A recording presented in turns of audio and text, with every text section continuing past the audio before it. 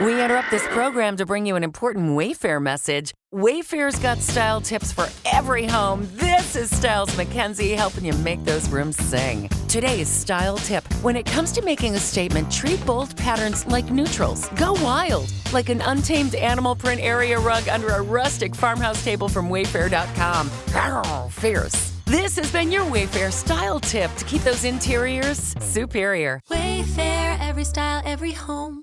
You just realized your business needed to hire someone yesterday. How can you find amazing candidates fast? Easy. Just use Indeed. Stop struggling to get your job post seen on other job sites. With Indeed sponsored jobs, your post jumps to the top of the page for your relevant candidates, so you can reach the people you want faster. According to Indeed data, sponsored jobs posted directly on Indeed have 45% more applications than non-sponsored jobs. Don't wait any longer. Speed up your hiring right now with Indeed. And listeners of this show will get a $75 sponsored job credit to get your jobs more visibility at Indeed.com/kidsandfamily. Just go to Indeed.com/kidsandfamily right now and support our show by saying you heard about Indeed on this podcast. Terms and conditions apply. Hiring? Indeed is all you need. Ready to make a real impact every day?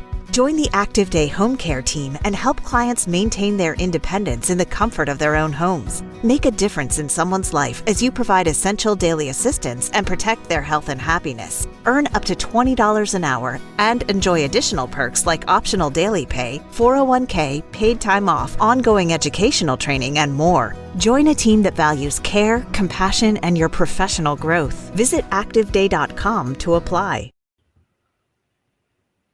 Hey everybody, welcome into the ProLine TV Eastern Conference play-in preview and playoff snapshot, because we're not quite to the playoffs just yet.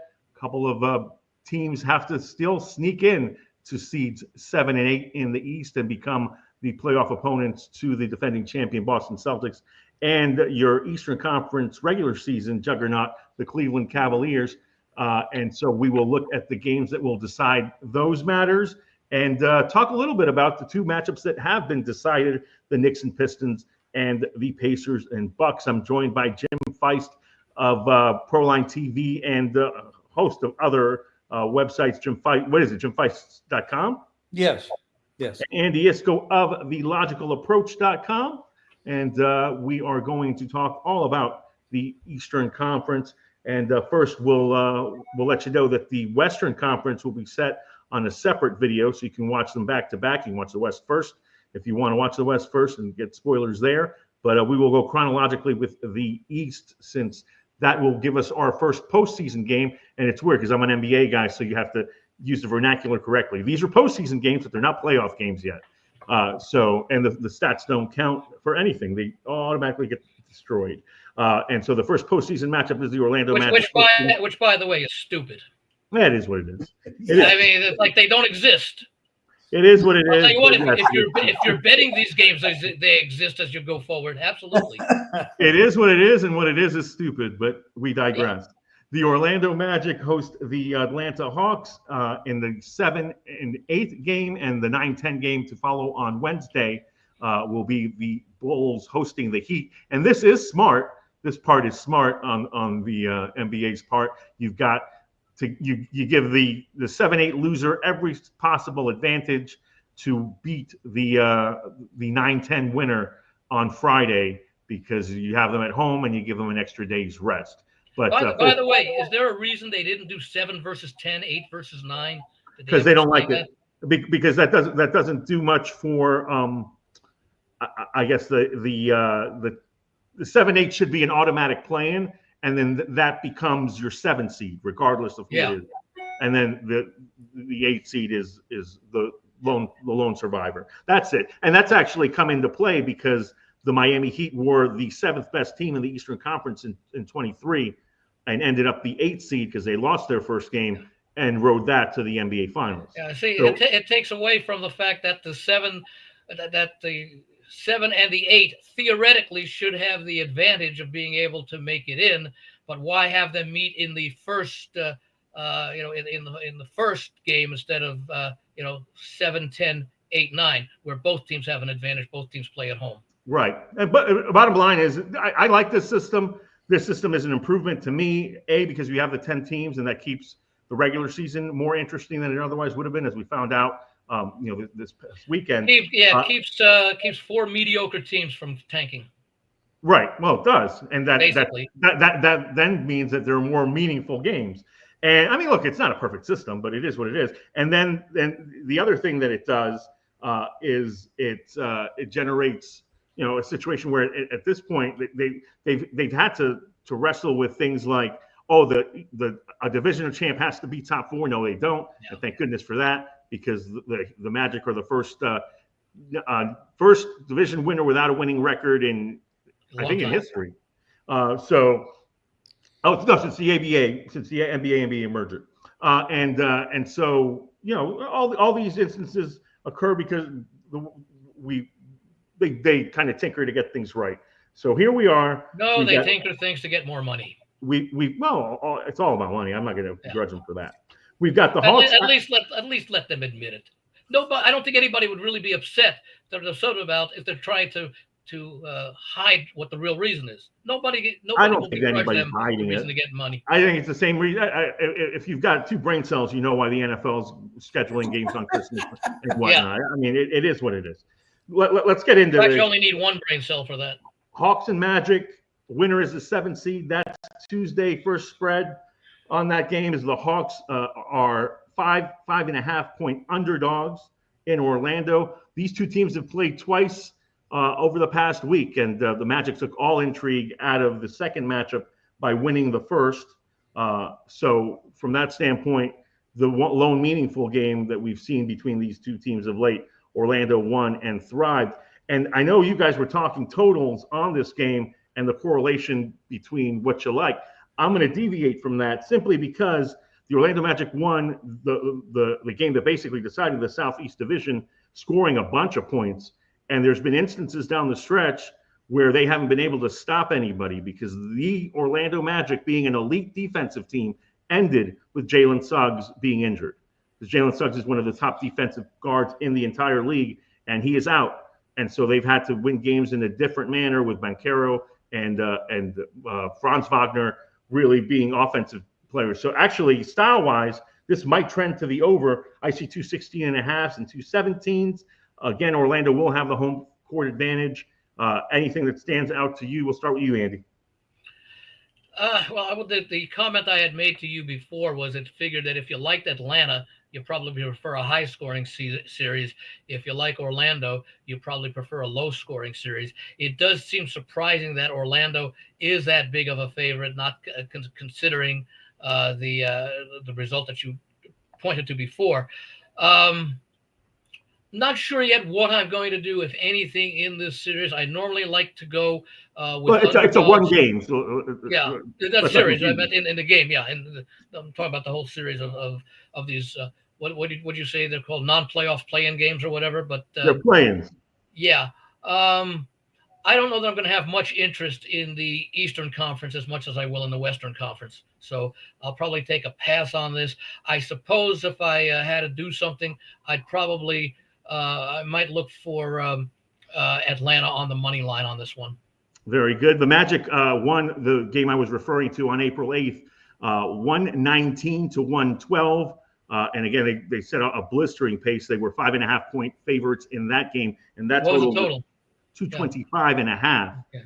So that went over. The Magic have actually gone over in 4 of their last 5 games and 7 out of their last 10. So again, they do have the statistically best defensive points total in the NBA, but a lot of that is based on what they did earlier in the season. And earlier in the season, they lost both Banchero and Franz Wagner to the same injury at different times. Over the last few games, Orlando has been more of a high-scoring team. Outside of the one game they won 96-76 against the Celtics, who weren't playing anybody. They had 129 points against the Pacers on April 11th, despite Banchero and Wagner sitting. So the bench kind of got loose there. But again, I mean, this is a different Magic team without Suggs than with him. And so, Jim, what do you got on the Hawks? I mean, the Hawks being serious contenders to do anything in the East probably ended when Jalen Johnson got hurt. He was having a fabulous season, but this is invaluable experience for a kid like Zachary Arisa-Shea, the reigning #1 overall pick, who will not be the Rookie of the Year, by the way. That will be Stephon Castle of the Spurs. But what we do have is a situation where we'll even see what Trae Young does and how this affects Trae Young's status in the offseason, considering we could very well see him move. Well, neither one of these teams inspire much from me. I would like the under in this game if those players were healthy, number one. And I could actually lean to the under on the opening line, but there's been a lot of money on all 4 of these games, Tuesday and Wednesday, on the under. And the theory from the sharps that are making these bets, and I've spoken to some of them, is that these games were more meaningful. Of course, regular season, a lot of these guys don't care much. But these are more meaningful games. It's a one-and-done situation. And they're going to control the pace as much as they can, be a little bit more cautious with the ball, a little less turnovers. They're betting at them under, and they're moving them. I mean, one game moved 8 points. Jim, I have a question for you on that, and that is, we all know that, and I'm wondering if the lines makers didn't take that into consideration when they said, in other words, maybe they would have set the Orlando game at 224, and they said, no, it's going to play under. It's a defensive game. It's an elimination game. Well, it's not really an elimination game, but the total should be 224. Let's make it 219.5.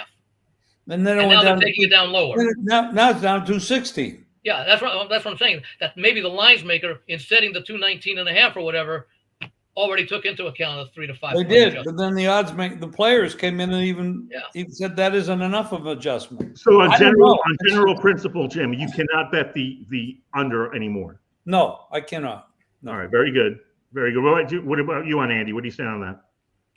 Yeah, I didn't have much of an opinion other than I felt that initially, if you go with the history of these teams, notwithstanding the injuries and the exceptions, that if you like Atlanta, you probably like a high-scoring game. If you like Orlando, you probably like a low-scoring game. I said I don't sure if I'm going to do anything, but I might take Atlanta on the money line. Very good. I think then I'm in agreement that if you feel like the line has moved to where you can't bet the under, you look at the over, simply because a lot of these numbers are based on Magic, the Orlando Magic team from games 1 through game 60. And the other issue that I would bring up, that's the question. Do we know that it's based upon just those? Yeah, because healthy games. That's where the bulk of the Magic being the best defensive team in the league is based on. I mean, Jalen Suggs changes so much. No, I'm saying, but have you got the numbers on that breakdown? First 60 versus final 22. Do the numbers bear that out, and to what extent? In other words, a 2-point difference versus an 8-point difference. The defensive scoring average has increased significantly. Yeah. But look, my other point on that is that I am both an NBA person and a sharp bettor, and my rationale for the most meaningful game on Sunday, the Golden State Warriors and the LA Clippers, winner gets the a top 6 seed. The loser has to keep playing. The total was bet down originally from its original number. It looked at pretty good at 219 coming into the after the third quarter, because it was still like 160-ish. And then in the fourth quarter, both teams couldn't miss, and the game went well over before going into overtime. So again, I understand that all of us who are sharp bettors in meaningful basketball games, the gospel is bet the under. Look under. But just from that standpoint, it's not a foolproof system, is what I'm trying to say. I would like to add this: if the games are going to be played as lower scoring games, and that's what the odds makers and the odds makers said by making the line less to begin with, and then the bettors came in and said it's not even low enough, that makes the point spread more valuable to the underdog. because if there's going to be less opportunities to score, each point then becomes more valuable to the dog. So 5 then becomes maybe 4.75 or 4.50, and in reality, because you're lowering the number of possessions. So I'm not betting this game. I would have bet it under. I missed the number. I didn't get it. And so I'm not going to bet it. But that's a basic theory, is if you're going to lower the score enough, then the point spread becomes a little too high and you might start seeing underdog money. However, every number I look at is 5 minus 15 minus, so there's actually money leaning to higher numbers. Yeah. So favorite and under, which is a weird combination in many instances. I'm sorry, Andy? I say favorite and under is what the money is showing. Yes. Yeah. Which is an unusual combination for most situations. Yes, it is. But to your point, +5 is much more meaningful when the total is 215 than if it's 235. Correct. To wrap up the 7-8 matchup, the Magic went 22-19 at home, and the Hawks went 19-22 on the road. But Trae Young does love playing villain on the road. For both of you guys, if the winner plays the Boston Celtics, does this sway you either way as to who plays the Celtics? Do you care? I don't know. Celtics are going to drill either one of them. And the Cavs might do the same. And the Cavs might do the same thing to whoever finishes 8. Yeah, well, and we'll talk about that one. But all right, so this one doesn't sway you as to the Celtics. Maybe either the Hawks because of Trae Young and his playoff pedigree. If I can win in one game, let's say the game on Tuesday, and I'm in the playoffs, I will worry about having to win 2 games and possibly face the quote unquote weaker team. Interesting. All right, very good. Let's get in the playoffs. Let's go to that matchup where the winner will ultimately have a shot at playing the Cavaliers, and that's the Heat and the Bulls. They are playing for the second Wednesday in a row, and it was very meaningful that Miami, as a 1 to 1.5 point underdog, road favorite, lost. Josh Giddey with probably his best game of his pro career, had a triple-double. Chicago won going away. Miami blew another lead. That's been an epidemic for them all season. And now the Heat go to Chicago as a 1.5 point underdog. But I'll lay it out there like that. Initial thoughts, Jim. You just realized your business needed to hire someone yesterday. How can you find amazing candidates fast? Easy. Just use Indeed. Stop struggling to get your job post seen on other job sites. With Indeed sponsored jobs, your post jumps to the top of the page for your relevant candidates, so you can reach the people you want faster. According to Indeed data, sponsored jobs posted directly on Indeed have 45% more applications than non-sponsored jobs. Don't wait any longer. Speed up your hiring right now with Indeed.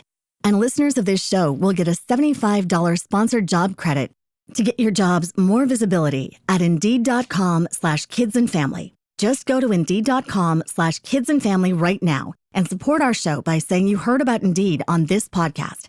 Terms and conditions apply. Hiring? Indeed is all you need. Well, this is one game where the total didn't move. It's 220, 219. It's really, and the point spread is 1.5 Chicago. Not a game. Not every game that comes up on the board, I'm going to be excited about betting. So this doesn't sway you either way? Well, just based on the theory that I might look at the under in this game because it hasn't moved, and I'm not getting the worst of the number. All right. What about you, Andy? What you got? What have these teams done this season against each other? And more specifically, and I don't have it in front of me, the record of Miami since the Jimmy Butler fiasco. Well, look, the Heat have been much better without Jimmy Butler except for the fact that they lost 10 games in a row for the first time since 2007, 2008. Yeah. And that was the longest losing streak of the Eric Spoelstra era. But they lost some really tight games in that. They also lost some god-awful games. And they did not have Andrew Wiggins for some of those games. Then Wiggins came back. Wiggins has actually looked good. And one reason why, if you like the Heat here as a road dog, I wouldn't talk you off it, is because in last Wednesday's game, Wiggins was coming back off a lengthy layoff due to a hamstring issue. And I mean, he was okay, but didn't really look like they envisioned him looking. And he was sharp. He had a 40-point game prior to his injury.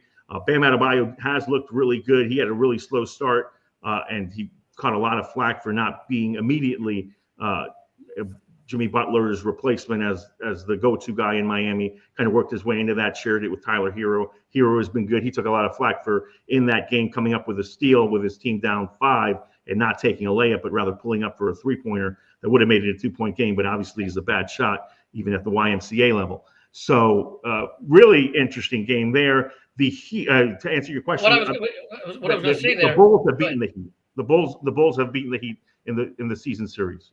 Okay, what was it, 3-1? Believe so. Okay. I might lean to Miami for a couple of reasons. Number one, the playoff experience edge that they have. Number two, the fact that despite Miami's losing streak and the entire Jimmy Butler situation, etc., they only finished with a record 2 games worse than that of the Chicago Bulls. So that tells me Miami, all things being equal throughout the course of the season, Miami theoretically was the better basketball team, and I'd rather go on that and their experience in what is effectively a 1-game elimination.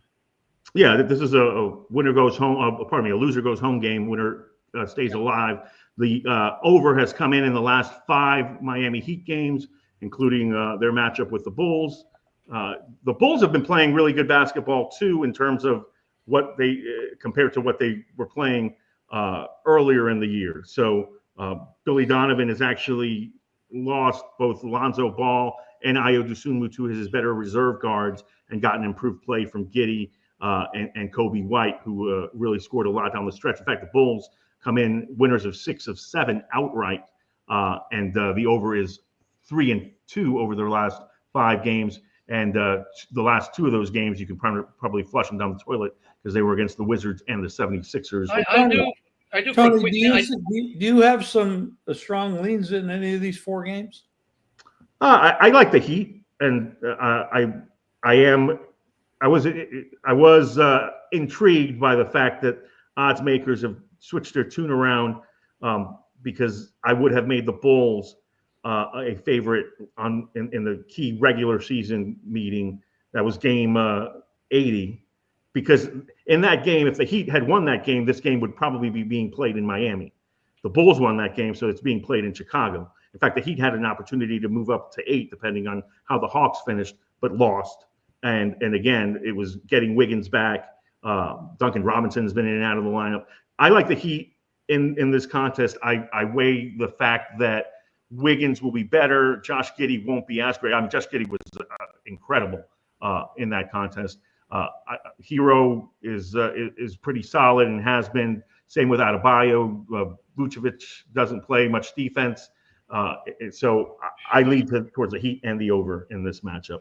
I'll ask you the same question I did for the Celtics series. Is there a preference if either of these teams are able to win 2 games? By the way, no number 10 seed has.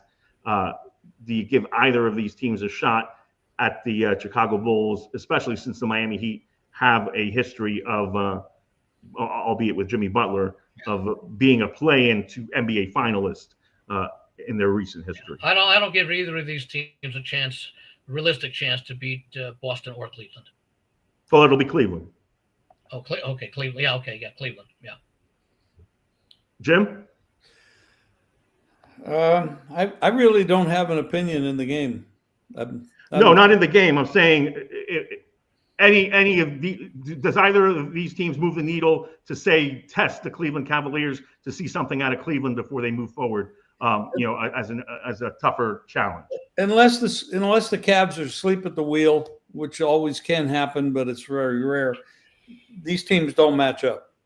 Cleveland's a good team. They've been solid all year, just like OKC has, just like Boston has. These are good. They're very well coached teams that have played well all season long. And yes, they may not get really excited about any of these matchups, but shit happens. And if they come in focused, the games aren't close.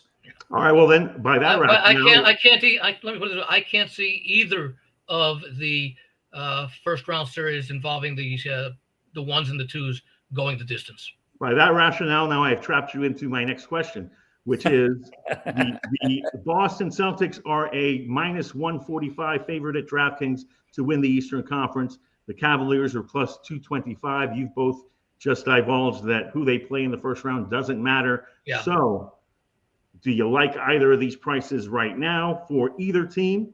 Obviously, I like Cleveland. You like Cleveland plus 225 right now? Sure. Okay. What about you, Jim?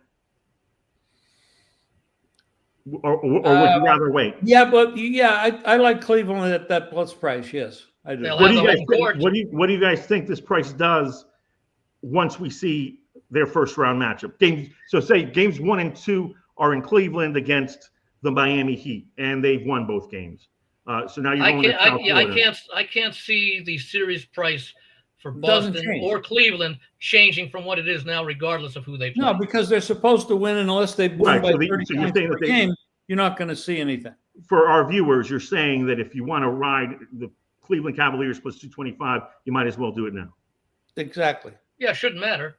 Well, I suppose there could be a 5-cent adjustment if the winner of the play-in looks really, really sharp in those play-in games. Maybe there'll be an instantaneous reaction on putting a little something on, those people who like to play long shots, from a psychological standpoint. But realistically, I would not, even with 2 blowout wins or 1 blowout win, depending upon who plays who, that you would see much of a change, if any change. Before we go, it's an expected outcome, and if form holds, you're not going to get, like on Justin Rose, you're not going to get 130 to 1 now that he went into the playoffs to win the tournament. So it's the same kind of thing. Unless there's some kind of aberrational outcome in the matchup with Chicago or Miami, you're going to see the same price. All right, here's the other thing then, what you guys didn't cover because you both like the Cavs. As far as the Celtics, I would not go the chalky -145 route right now because there is genuine concern that Jaylen Brown is not going to be right. Now, you may think the Celtics can go ahead and win the Eastern Conference without Jaylen Brown, and that's a debate to be had on another show at another time. But the fact is, if we see Jaylen Brown either miss the first few games against, be it the Magic or the Hawks, or absolutely not look right and be shelved for a series, I think the Celtics would then become available at plus money without the reigning Eastern Conference Finals and NBA Finals MVP. So green light on the Cavs based on what these two gentlemen have said. Absolute red line on the Boston Celtics as your Eastern Conference winner right out of the gate. Let me ask you this. Other than the Celtics, who else do you think could take down the Cavs? The Milwaukee Bucks, and we're going to segue to that because what I was going to ask you is, gentlemen, I'm going to have to leave in about 10 minutes just to. Okay, so we'll have you chime in on the East, and me and Jim will do the Western Conference video that will also be available on Proline TV. But I'll give you some quick thoughts at the end of this one if you want, or in between shows if you want. In between shows, because this is East only. So Knicks, Pacers, Bucks, Pistons. We'll break down those series here in a bit briefly, but Knicks plus 850, Pacers plus 2,200, Bucks plus 3,500, Pistons plus 15,000 to win the East. Any of those, Jim Bucks. And Andy? Milwaukee. You just realized your business needed to hire someone yesterday. How can you find amazing candidates fast? Easy. Just use Indeed. Stop struggling to get your job post seen on other job sites. With Indeed sponsored jobs, your post jumps to the top of the page for your relevant candidates, so you can reach the people you want faster. According to Indeed data, sponsored jobs posted directly on Indeed have 45% more applications than non-sponsored jobs. Don't wait any longer. Speed up your hiring right now with Indeed. And listeners of this show will get a $75 sponsored job credit to get your jobs more visibility at Indeed.com/kidsandfamily. Just go to Indeed.com/kidsandfamily right now and support our show by saying you heard about Indeed on this podcast. Terms and conditions apply. Hiring? Indeed is all you need. You like Milwaukee, Andy? I'm in that boat too. Give me your thoughts. I just think the experience, returning to health as much as they possibly can. I still, I don't expect them to win, but I think the price is a little bit too high on them to not win. That it's worth taking a shot because they certainly have one of the best players in the game who can carry this team and has carried this team in the past. Jim, do you like any of those other teams? Knicks, well, the Bucks are obvious. I mean, that's the team that could rise up and do a lot of damage. What'd you say, Tony? 35-1? 35-1. Yeah, that's pretty high. I mean, compared to win the East, to go ahead and win it all, which you might as well take a flyer on if you're taking them to win the East, at least pizza money. It is 110-1. What's their price over the Pacers? Well, that's a series market, and we're about to talk that. In fact, let's just segue. Well, I mean, just to give an example of the 4-5 series is the Pacers and the Bucks, and that will start in Indiana because that's about 2-1, isn't it, on Indiana? The Pacers are minus 190 as a series favorite. Bucks are plus 150, 155. I'll be on Milwaukee. So yeah, and from that standpoint, obviously you would be, but. And the domino that has not dropped is Damian Lillard being cleared. Everybody anticipates this will happen this week, but he's been out for the past few weeks due to a thrombosis issue, the same one that shelved Victor Wembanyama, although Wembanyama's was in his arm. This one, I believe, is in Lillard's thigh, but it's something that they were optimistic about even at that time, and it sounds like he's been practicing and going through the motions, and he will be good to go. Now, we'll obviously want to see what they look like in game one. I think that's a lengthy series to come between the Pacers and Bucks. And you're talking about an Indiana team that has confidence that they can beat anybody in a series because they went to the Eastern Conference Final. 190 is a serious number. I mean, that's a big number. So, I mean, that you can't turn your back on and say that that's that easy for the Bucks to get out of there. No, but at the same time, I mean, it's deemed to be the most competitive of the 4 Eastern Conference series, and I think you'll probably see that number come down once Lillard is officially cleared. That's true. That's just my guess. Yes. So I'd go out and play Milwaukee today. Jim is very confident that Damian Lillard will come back without missing a beat, which you have to be to make these type of bets. And I'm in total agreement with you. Even if he's in a minor role in the first game, maybe Milwaukee says if we don't need him to play that many minutes and we can win that first game, then maybe what's the length of the series? This is a best of 5? No, these are all 7. Best of 7. These are all best of 7s. Okay. Milwaukee's goal should be to win one of the first 2 games. Well, I usually like to bet road teams in the first 2 games. Usually bet them to win one of the first 2 games, starting with game 1. If they win game 1, I pass on game 2. If they lose game 1, I'll come back with them in game 2. The thing about the Bucks that concerns me, and again, I do like them as my sleeper in the East. If it's not going to be the Cavs or the Celtics, my play would be the Bucks. Is that you've got a lot of moving parts in terms of pieces that haven't been there. Kyle Kuzma just got it added. Yeah. Kevin Porter Jr. is playing a substantial role off the bench. Gary Trent Jr. had to really step up in the absence. Don't most teams have similar type issues? But not like this. No, the Pacers are basically intact, and they added Siakam late last season, so he's got a full year under his belt. But from a continuity standpoint, Pacers have a significant advantage over the Bucks. That's why it's priced in. That's why it's in the price of the 190. But at the same time, you've got Giannis, who's going to be the best player in the series by far, and Bobby Portis just came back from his 25 game suspension, looking fresh as a daisy, and that's going to really help. And again, that can be worth an extra 3 to 5 minutes of playing time per game. that freshness. Not to mention fresh legs at this point in Yeah. time it's huge. Huge.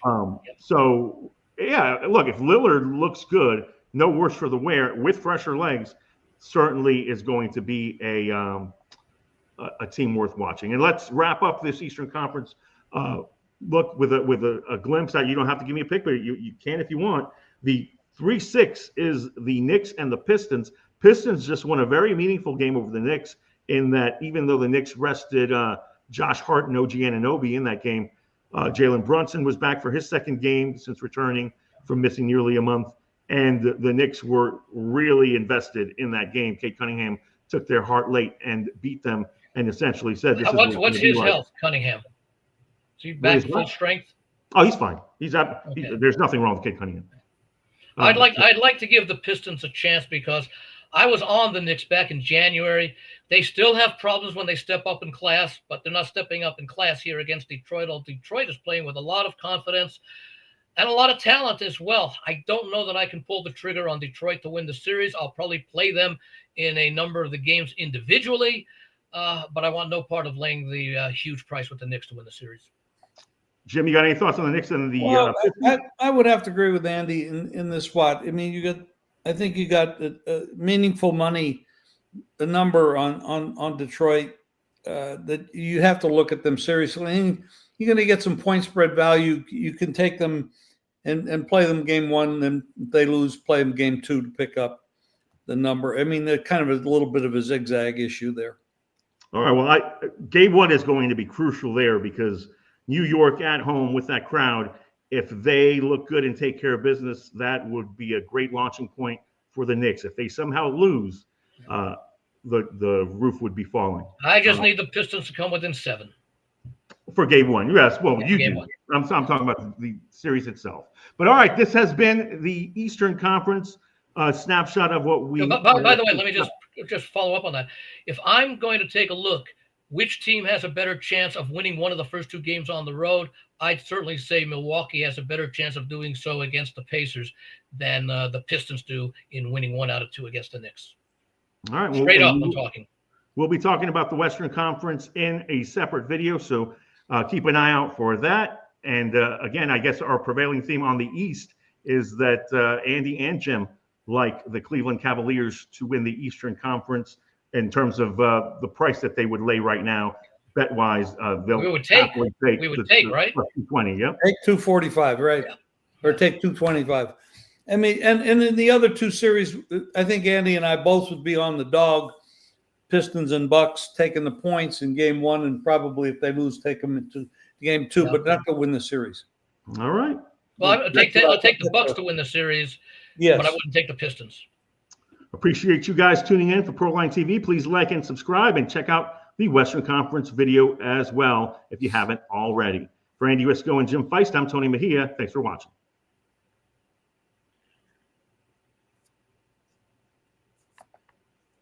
What are your thoughts on the West, Andy, before you go?